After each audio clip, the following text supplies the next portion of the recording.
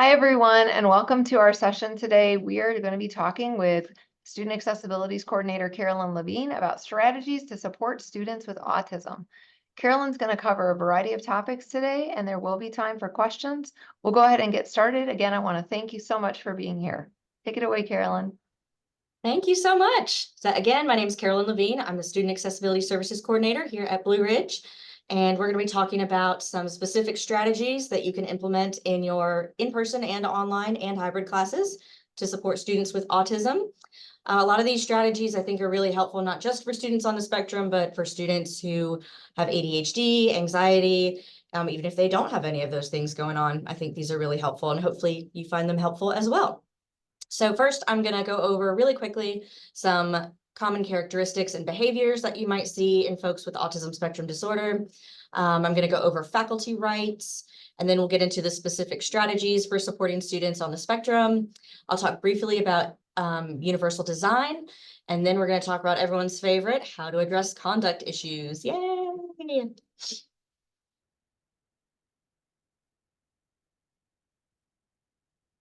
All right, so really quickly, what is autism spectrum disorder? It is a neurological and developmental disorder that affects how a person interacts with others, communicates, learns, and behaves. The DSM-5 criteria for an ASD diagnosis has to include persistent deficits in social communication and social interactions, and restrictive, repetitive patterns of behavior, interest, or activities. So I get asked a lot if folks on the spectrum have cognitive delays. A lot of times folks assume that some kind of IDD diagnosis goes along with autism, and that is not always the case. Autism is known as a spectrum, which means there's a wide variety in the severity of symptoms that people experience. But at its core, autism is a social disorder, social communication disorder. You may see some cognitive delays, you may not. And shout out to Natalie Callahan for sharing this fun quote: if you've met one person with autism, you've met one person with autism. And I love that because it just highlights that everyone is different. No two people with autism are the same. So just keep that in mind. This is not a one size fits all. All right, real quick, some common characteristics that you might see in students that are on the spectrum. I'm focusing on characteristics that you're most likely to see at the post-secondary level. We're not really going to get into what you might see for folks that are maybe more severe or have those cognitive delays. Again, because this is college level classes that we're talking about. So first and foremost, what you'll probably notice first is rude behavior. Trouble staying on topic. You might have a student that is constantly interrupting you or classmates to talk about something that is completely unrelated to whatever you're discussing in the class. Folks on the spectrum are easily overwhelmed, especially if there's a lot of change or any change. They have trouble switching tasks and changing up their routine, trouble understanding instructions. They may not respond when spoken to, or it may take them a while to respond to verbal prompts. You'll see a lot of social immaturity, trouble understanding jokes, sarcasm, irony. Again, in addition to the behavior coming off as being rude, it can also come off like they're disengaged, even when they're not. You might also see them being very fidgety, constantly moving. They may have some kind of fidget toy, or they may just be bouncing a knee or needing to get up and move around. All right, so faculty rights. I think this is very, very important for everyone to know. You are not required to provide accommodations without receiving a letter of accommodation for that student from my office. Now, that being said, if a student comes to you and says, I'm supposed to be getting accommodations, but you didn't get a letter from my office, please let me know. I pull schedules for students usually a day or two before classes start. And so if they register late or if they make schedule changes after that time, I'm not notified of that unless they tell me. And unfortunately, they forget to notify me a lot of times. So it may be that you have a student in your class that is supposed to be getting accommodations, but I did not see them when I pulled my list. And so I didn't send it to you. So if that happens, just let me know. And if I have something on file for them, I will send it. This second bullet, so faculty does have the right to challenge an accommodation if you feel like the student is not qualified. Please, please, please be very, very careful with this. Do not say anything to the student until you talk to me first. I'm hoping you will trust me to do my job, and my job is to get documentation that a student does qualify for a specific accommodation. I'm not over here handing out accommodations like they're candy. It has to make sense. It has to be based on the disability documentation that they've provided. But again, if you do feel like they don't qualify, please talk to me first. When it comes to recording lectures, so tape recording class lectures, you have the right to request a written agreement before allowing the student to tape record the class. You shouldn't ever have to request this agreement because I include it as an attachment on their accommodation letter. And I keep the signed copy with my office. The student should be touching base with you beforehand, though, before recording during a lecture. So if there's a part that maybe you don't want them to record, like if it's not related to the content, let's say students are sharing maybe personal anecdotes, something that they really don't need to be recording, let them know ahead of time so they can pause and then resume when you start talking about content again. Additionally, you can assume that all students must adhere to the behavior/conduct policy at the college. So regardless of disability status, they have to adhere to that code of conduct. Also, you are not responsible for ensuring that a student with a disability does well in your class just because they have a disability. That is a common misconception among students and especially parents coming from K-12. They are governed by IDEA, which has a totally different set of rules than ADA, which is what governs accommodations at the post-secondary level. They can do a lot more. They can modify curriculum. They can provide one-on-one supports, and we don't do that here. We guarantee access. We do not guarantee success. Also, you are not expected to be an expert on disabilities or accommodations. Sometimes instructors are afraid to ask students about their accommodations because they don't want to say the wrong thing. And while you do want to be careful about asking about a disability specifically, it is okay to ask about the accommodations. So don't ask a student why they get accommodations. That's a no-no. But you can ask them how they want an accommodation provided, because the way you provide it may vary depending on how your class is set up, if it's in person versus hybrid versus online. The way that I send out the letters, it's not per class, it's just for the entirety of their career at Blue Ridge Community College. And so accommodations will look a little different depending on the classes that they're in. So if you ever have a question, ask the student. If they're not sure, ask me. And if you get a letter for a student and you just want to review it with me before classes start or at any point during the semester, please contact me. I'm happy to do that. All right, so now we're going to get into our practical tips for supporting students on the spectrum. We're going to start with communication. Using direct language is a huge help. So a lot of times folks on the spectrum are going to take what you say very literally. It's a very black and white way of thinking, very concrete. Again, try to avoid irony and sarcasm. Say what you mean and mean what you say. Folks on the spectrum often struggle with processing and retaining verbal information, so it's really helpful if you can provide all important information and assignment instructions in writing. So that could be sharing, copies of lecture notes, study guides. Sometimes folks on the spectrum have a hard time keeping up with note-taking in lectures because it's hard for them to process that verbal information fast enough to write it down and still keep up. It's not that they're not paying attention, but just that that delay in processing speed can make it difficult, and then they get stressed out because they feel behind. So to alleviate some of that anxiety and make sure they get the correct information, sharing lecture notes, very helpful. Allowing more time to process verbal requests and directions. As I mentioned before, it can take folks on the spectrum a longer time to process verbal information. So they may not respond as quickly as their peers. Again, that doesn't mean that they're not paying attention or that they're being rude. It really does just take them a little bit longer to process what you're asking. Utilizing schedules and calendars. You're going to get sick of hearing me say this, but it is so incredibly helpful. Even if it's a simple calendar, simple schedule, doesn't have to be super in-depth. Anything is helpful. Knowing what to expect reduces a lot of anxiety for folks on the spectrum. Even if it's just a general idea of how the class is going to go, how many assignments they have due that week, or how many tests they're going to have in the semester. Being flexible with participation in the classroom is another great way to support students on the spectrum. So offering multiple ways to participate in class. Again, having that delay in processing verbal information, it might be helpful to give more time or to give them a prompt in writing ahead of time so that they can look at it and sort of get a head start on that processing. Give them the option to express exchanges of information in writing if that's appropriate for your class. It's also helpful, if you can, to give a questionnaire on the first day of class to gauge students' comfort level with different types of classroom participation. Now, that doesn't mean you have to do every single thing that the student requests, but it might give you some ideas, and they may work for your class, they may not. Again, just some ideas. All right, so classroom structure. Reviewing a schedule at the start of each class is really helpful. If it's posted somewhere, especially, that's helpful. If it's an online class, having an outline or a schedule for the week posted for each module is really helpful.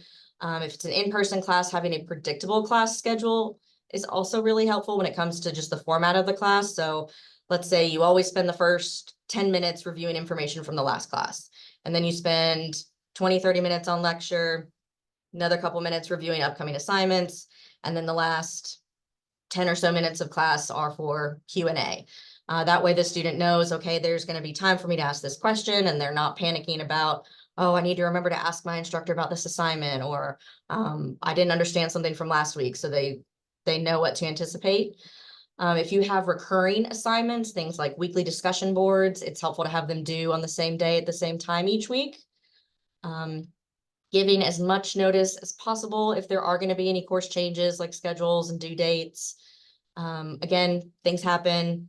There are going to be things you can't predict, and I get that. But if you can give folks notice, very helpful. We appreciate it. Also, try to avoid periods of unstructured time during class, because this can be really overwhelming for folks on the spectrum. So if you want to have a little less structure, maybe have the student work on those independent, transitioning from tasks independently, those kind of skills, offer them multiple options. So maybe instead of unstructured time, you have student directed time where they have, let's say, a list of assignments they could be working on, and they pick which assignment they're going to work on. And giving them a time frame is also helpful too. Like, you're going to have 20 minutes to work on one of these 5 assignments. All right, supporting time management. Again, using calendars, super, super helpful. Setting milestones prior to deadlines, especially if it's a big project.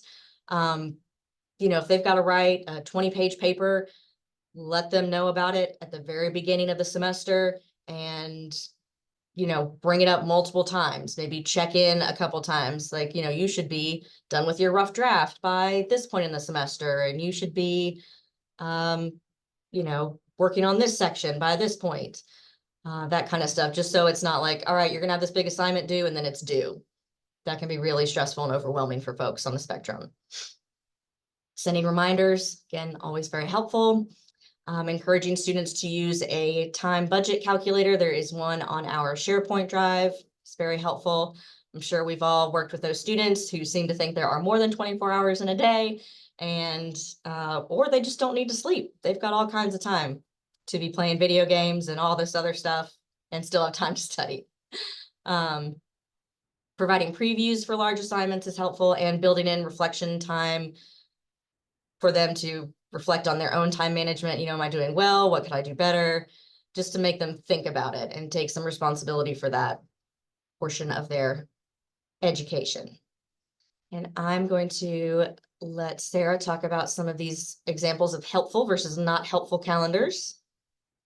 Yeah, so just real quickly, I've got 2 examples here, and what you see are, what some of us might have thought of doing or may have done in the past, because our high flyer students, they're capable of being successful without a lot of guidance from us, right? So if you were in college and you got just that first calendar, maybe you did fine with that because you put in those due dates for yourself and you asked the questions and you got the help that you needed when you didn't have all the answers. Today's students are really going to benefit in general, and especially students on the autism spectrum, they're going to benefit from a lot more structure, like Carolyn said. So the second calendar has more structure built into it. There's some check-ins there. There's some peer review opportunity. And you'll notice at that beginning where it says project announced, the rubric is already shared. So being more transparent about expectations from the beginning, being very direct about those expectations, and then making time for you and the students to talk about the project so that students can be planning ahead of time. and then maybe even sharing what they've done so far so that they know they need to be working on it. The bottom part of this calendar is something I really encourage everybody to think about adding to, which is building in that piece where students are holding themselves accountable and adding their own due dates. So encouraging them to add an additional deadline for themselves, maybe before the first check-in or before that peer review, sometime that they're going to do something in addition to these checks that you're going to provide. So a couple calendar examples for you to consider.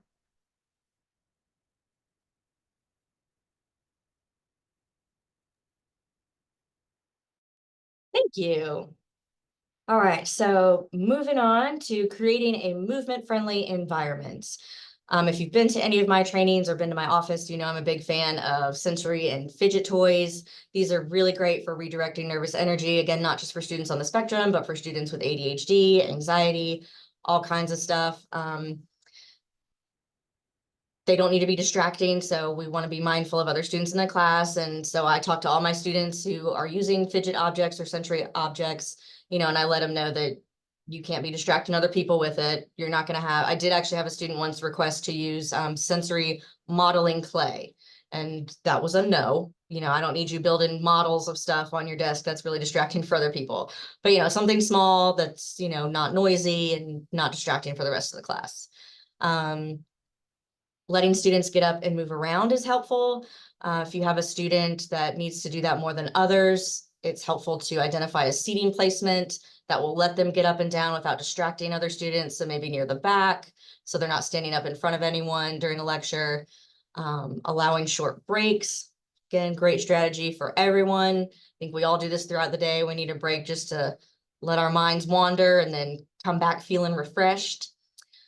You may see some students that have an accommodation that says, please allow student to leave class briefly due to a documented disability. So having a plan in place is really helpful for students that have this accommodation. This could be like the student giving you a signal to alert you that they're going to use that accommodation to be stepping out. It could be something simple like raising a finger, just so you know that, okay, they're using that accommodation and they're not just dipping out of class and, it's not like they got an emergency phone call or something like that. It would also be really helpful if they were seated, near the door, so they're not having to walk in front of a lot of people and draw attention to themselves and distract others.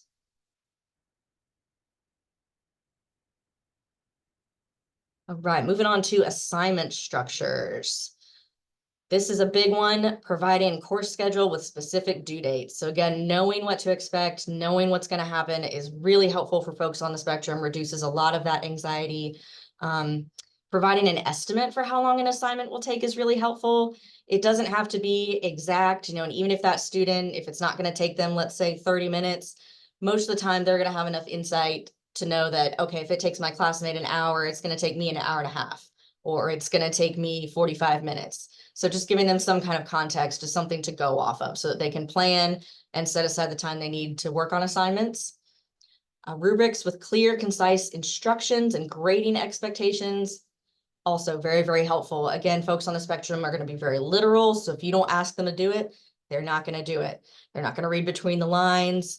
If you are expecting them to just assume or that something is implied, they are not. They are not. If it is not spelled out, they're not going to do it. Giving examples and templates for work expectations or assignments is really helpful. And if you do have longer assignments that maybe have multiple questions, it's helpful to indicate each question that needs to be answered. So instead of having a long paragraph with multiple questions, it can still be in a paragraph form, but just make sure that you have like 1A, 1B before each question. So it's very clear what the student needs to answer and they're less likely to overlook something. Giving step-by-step instructions, also very helpful. If you can provide visuals, that's really helpful, especially for online classes where it may not be as obvious what to do. Students may not have experience with a particular program or platform. And so if you can give them a visual, screenshots, that's really helpful. Great suggestion from Sarah is to run new assignments by another instructor. So when you're a content expert in an area, it's really easy to overlook things and just skim over it because you're just so used to it. This is what you know, this is what you do every day. But for someone who is not as familiar with your content area, like students or another instructor, they may catch things that you just completely overlooked. And you're like, oh yeah, that'd be helpful if I explained what that was. I'm a big fan of that suggestion.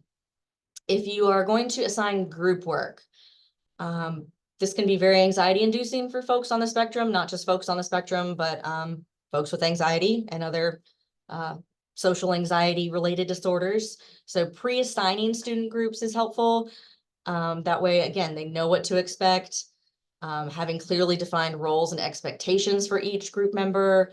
If you can give that information to them in writing, again, that's also helpful. So they have time to process that and, sort of prepare themselves for what they need to do. Providing material in multiple formats, verbal, written, pictures, videos. If you do have long written instructions for an assignment, it is helpful to put it in bulleted or numbered lists instead of just a long paragraph. Because again, it's really easy for folks to kind of skim over that and miss something important. I personally prefer this method also because I'm a big checklist person, find it very satisfying to be able to check something off my list. So if it's already in a bulleted or numbered format, that makes it easier for me. I'm going to turn it over to Sarah again to talk a little bit about helpful versus not helpful rubrics. So a lot of us like rubrics because they make grading quicker, and that's a great reason to use them. But we also need to be thinking about how they're communicating to our students. And this particular rubric, which is labeled not very helpful, would make my grading very quick because I know what all these things mean. But the feedback that a student would get would not be very educative or informative in their improvement in what they're doing. So unless we were going to provide additional resources directly attached to this rubric to say exactly what these words mean, or like example papers or example assignments that define each of these, this rubric is really not sufficient. Carolyn, if you want to go ahead and flip to the next slide. This one is more words, which in this case means it's more helpful. So what we see here are a couple key indicators that it's more helpful. First of all, you'll notice, even if you just look across the top row content, we have very specific quantities of what they're doing. So answered, did not complete, answered one question, answered both questions with a certain number of sentences, and then answered both questions with a certain number of sentences and did a little bit more, right? Most of us know what we're looking for, but we don't always tell our students. And so what our students are doing is just kind of guessing. If we give our students this rubric ahead of time, they have a better idea of what they need to aim for, right? It's very hard to get a bullseye if you don't know where the target is. So by giving our students a rubric that's very specific, we're inviting them to actually meet that target. And you can see that that same level of specificity is included in each of the rows here. So when provided ahead of time, this rubric is going to be a lot more helpful. Now, I will acknowledge that when we build these kinds of rubrics into my courses, they can become a little cumbersome. And so it can be a little bit more challenging to grade. A lot of us may grade it where we're not actually able to read the rubric. We know where the points are, but when the student sees the feedback, they're able to see this qualitative feedback. So this kind of rubric can be really helpful. Thanks, Carolyn. And then I'll go ahead and talk about this example. I hear some complaints from time to time from faculty who get emails from students, and the students aren't always very professional in their email communication. One of the things that we can do is be proactive about that and provide students with an opportunity to see a sample email from us, because each of us, believe it or not, might have some different standards around certain aspects of email. And we can even assign a practice email if we really wanted to coach that behavior. That's something I always did in my classes, but I did teach English, so I know that's maybe a little bit of a special use case. Here, one thing that I would point out is, like, if you want your students to include the course and the section in the subject, you need to tell them that, because a lot of students won't do that automatically, and that might be a pet peeve of yours. You really want that to be included along with the actual subject. You'll notice that I've provided a very short but professionally, formally written email here with punctuation, capitalization, and I've got some explanation as to what that needs to look like. So naming that in a call out like this can tell the students, oh yeah, so I need to actually, this isn't a text I need to write formally. Some instructors might even consider using this as a way of promoting professionalism within their course. That is one of our institutional learning outcomes, and so this would be something you could do. Now, an email is just one example, right? If you have examples of your projects or other assignments, using the call out feature or using some sort of annotation can point out those key features that your students may not notice without your assistance. So, couple tips. Thank you. Yep. All right. So real quick, we're going to talk about universal design. For those of you that are not familiar, universal design is the design of products, in our situation, course materials and environments, aka classrooms, to be usable by all people to the greatest extent possible without needing to adapt or specialize any of our environments or materials. And so therefore, universal design for learning is achieved by making a curriculum that is flexible in the way the materials are presented, having some flexibility in activities and the way that students achieve the learning outcomes. So we're not asking to change the requirements or, the academic level of the program, but maybe just, we still want to get from point A to point B, but we might just do it a little differently. And I'm going to let Sarah talk about this lovely guide for universal design for learning. So Carolyn's got a link here on the slide that you can get to. And I just personally have always appreciated this guide. Universal design for learning is something that we want to think of. It's very hard to do all these things at once, but it's easy to look at this guide and say, okay, I know, for example, that I need to do a better job making sure that students have lots of ways of learning the material. So I look at the purple row in the middle here, or purple column in the middle here, and I see that providing options for language and symbol, I could do a better job making sure that I walk through how students understand syntax, how students understand the structure of maybe a particular assignment. So I can work on very specific sections of the Universal Design for Learning guidelines without necessarily having to do all these things at once. One of the big pushes with UDL is one step at a time, do one thing. So in your course, maybe for each module, be like, okay, how could I make this a little bit more UDL? And this guide can help with that. Thank you. All right, now for everyone's favorite topic, conduct issues. First of all, once again, you can assume that all students must adhere to Blue Ridge Community College's Code of Student Conduct. If a student's behavior is disrupting class, we would hope that you would try to de-escalate the situation before asking the student to leave. But if you do feel like you are unsafe or students in your class are unsafe and you want support from campus police, remember to press F9 and F11 on your keyboard, and that will summon them to come assist you. All right, so we're going to talk about de-escalation first. And, these are techniques that you can use with any student. It doesn't necessarily just have to be a student that's on the spectrum, because you probably aren't going to know for sure if they're on the spectrum unless they've told you. So first rule, most important rule, stay calm. Even if you're not calm, fake it till you make it. Don't let them see you sweat. Don't want to raise your voice.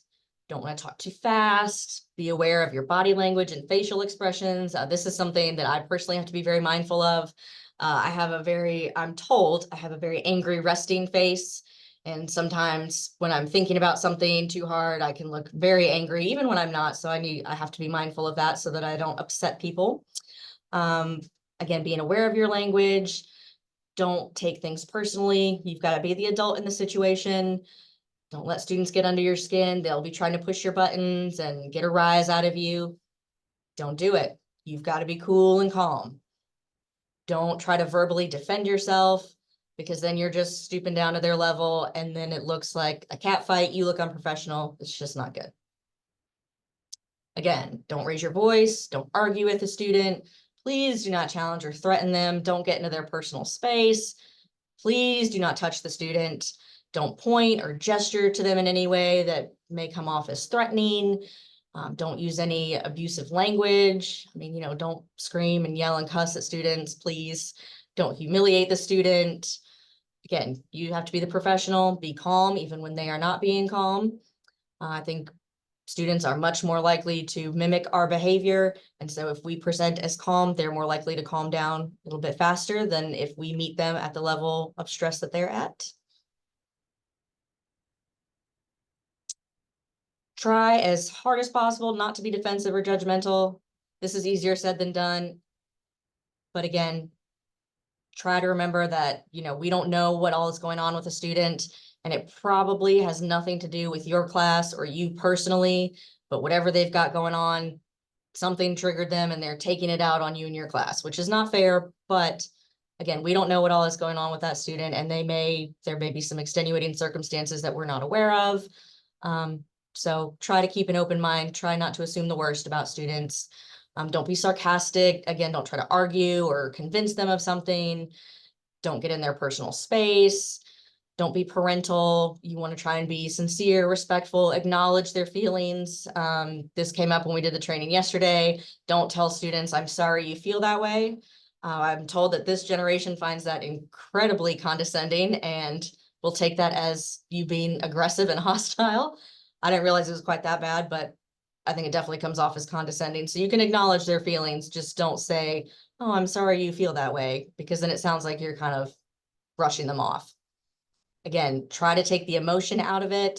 We want to, when you're talking to the student and telling them to stop doing something, you don't want to just tell them, hey, you need to chill, or you need to lose the attitude. That is not helpful. That's very subjective. I don't even know what that means. If someone told me to lose the attitude, I don't know what that means. But if they are interrupting, if they are raising their voice, point to those specific behaviors. You don't want to, make it personal and tell the student, you need to quit acting like such a brat, or you need to stop acting so combative.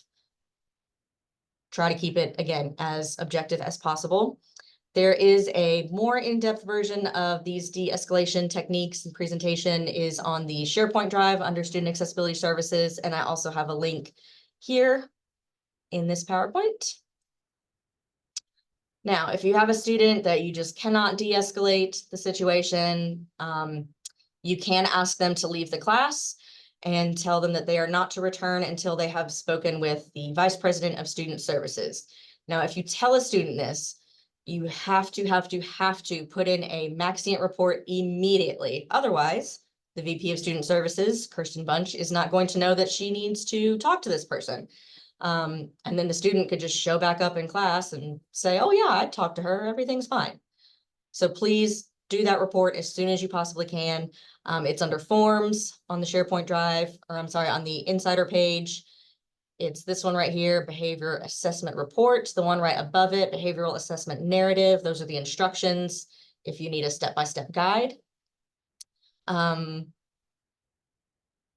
And these are just a couple resources for universal design, for working with students with disabilities, specifically students that have autism. So Teach is a really great organization. They've been around for decades. I would say they are the gold standard when it comes to research on autism spectrum disorders. Autism Speaks has some really helpful information on their website as well. And then, of course, we have, the Job Accommodation Network, CAST, AHEAD, the Accessibility Services page for more general information about working with students with disabilities. And as always, if you have any questions, please don't hesitate to reach out to me. There are no such thing as stupid questions. I know sometimes it can be weird to ask that stuff and you may not want to talk to a student about it, but you can ask me anything. So if you're worried about it, please ask me. And that's all I've got for you today. I appreciate it. Carolyn, I want to thank you on behalf of our faculty for taking some time to walk through these important strategies. I think these are going to be really helpful as we work to implement more success strategies for our students, all of our students, but in particular students who identify as neurodivergent or on the autism spectrum. Thanks so much for being with us. Hope you all have a great afternoon.